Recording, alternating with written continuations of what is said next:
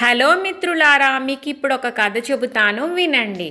విజయనగర సామ్రాజ్యానికి గొప్ప కీర్తిని తెచ్చిన శ్రీకృష్ణదేవరాయల పేరు అందరికీ తెలిసిందే. ఆయన తండ్రి సాల్వ నరసింహరాయలు రాజ్య పరిపాలన చేసే కాలంలో ఆయన ప్రధానమంత్రి అకస్మాత్తుగా చనిపోతాడు.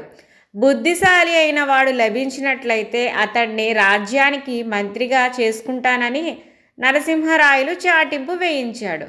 ఎందరెందరో మంత్రి పదవి అలంకరించడానికి వచ్చారు. కానీ వారు తెలివితేటలతో నరసింహరాయల్ని కొంచెం కూడా తృప్తి చెందనివ్వలేదు. వచ్చిన వారిలో ఏ ఒక్కడూ ఆయనకి నచ్చలేదు. చివరికి నరసింహరాయలు ఒక ఉపాయం చేశాడు. ఆయన ఒక కాగితంపై సిరాతో 4 అంగుళాల నిడివి గల ఒక గీత గీసి దానిని తన చారులకిచ్చి, ఈ గీతను చెరపకుండా చిన్నది చేయగలవాడే ఎక్కడైనా ఉంటే నా దగ్గరికి తీసుకుని రండి అని చెప్పాడు.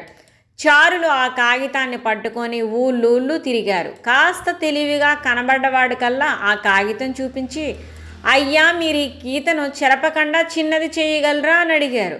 కొందరు అది ఎలా సాధ్యమవుతుంది అన్నారు. మరికొందరు మీకేమైనా మతిపోయిందా ఏమిటి, ఉన్న గీతను చెరపకుండా ఎలా పొట్టి చేయడం అన్నారు. కొందరు కోపం తెచ్చుకొని మీకు మమ్మల్ని చూస్తే వేలాకోలంగా ఉందా ఏమిటి అని కూడా అడిగారు. చారులు ఒక్కొక్క గ్రామమే తిరుగుతూ ఒక అగ్రహారం చేరి అక్కడ వాళ్ళని కూడా ఇలాగే అడుగుతూ వచ్చారు. ఆ అగ్రహారంలో వారికి ఒక బడి కనిపించింది. ఉపాధ్యాయుడు పిల్లల్ని కొందరిని పెట్టుకొని చదువు చెబుతూ ఉన్నాడు. చారులు ఉపాధ్యాయుడి దగ్గరికి వెళ్ళి, అయ్యా, ఈ కాగితం మీద ఉన్న గీత చూశారు కదా, దీన్ని చెరపకుండా చిన్నది చేయగలరా అని అడిగారు. ఉపాధ్యాయుడు వాళ్ళ మాటలను విని, ఆ పని నేను కాదు కదా, మరెవరూ చేయలేరు, ఎవరైనా గారెడి వాళ్ళని అడిగి చూడండి అన్నారు. చారులు వెనక్కి తిరిగి వెళ్ళిపోతున్నారు. ఆ బడిలో 16 ఏళ్ల బ్రాహ్మణ కుర్రవాడొకడు చదువుకు ఉంటున్నాడు. అతడి పేరు తిమ్మరస్సు. అతను ఉపాధ్యాయుడితో, అయ్యా, వాళ్ళు కోరింది బ్రహ్మ విద్యం కాదు, ఆ గీటు పక్కన అంతకంటే పెద్ద గీటు గీస్తే ఆ గీటు చిన్నదైపోదా అన్నాడు. ఉపాధ్యాయుడికి యుక్తి నిదానంగా అర్థమైంది. వెళ్ళిపోతున్న చారులను వెనక్కి పిలిచి, ఏది ఆ కాగితం ఇలా ఇవ్వండి అన్నాడు ఆయన. తర్వాత 4 అంగుళాల గీత పక్కన అంతకంటే పెద్ద గీత గీసి, మీరు తెచ్చిన గీత చిన్నదైపోయింది, ఇక వెళ్ళండి అన్నాడు. వెంటనే చారులు పరమానందంతో ఆ ఉపాధ్యాయుడికి నమస్కరించి, అయ్యా, మేము సాల్వ నరసింహరాయలు పంపిన దూతలం. ఈ కాగితాన్ని మాకిస్తూ మహారాజు గారు ఈ గీతను చిన్నది చేసిన వారిని తమ వద్దకు తీసుకురమ్మన్నారు. ఎంతోమంది ఈ కాగితాన్ని చూసి కూడా గీతను చిన్నది చేయలేకపోయారు.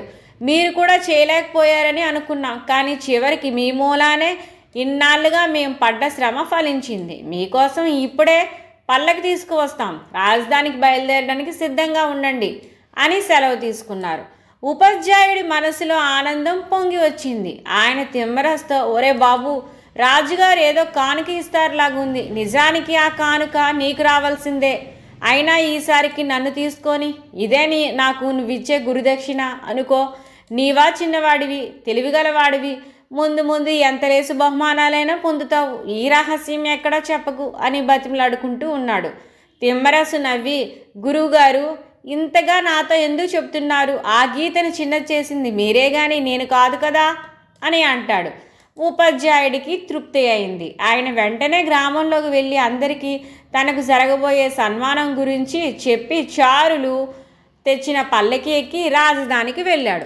ఆ పల్లకిలో వచ్చిన ఉపాధ్యాయుడు కాగితం మీద గీతను ఎలా చిన్నది చేసింది చారులు చెప్పగా విని నరసింహరాయలు చాలా సంతోషించాడు.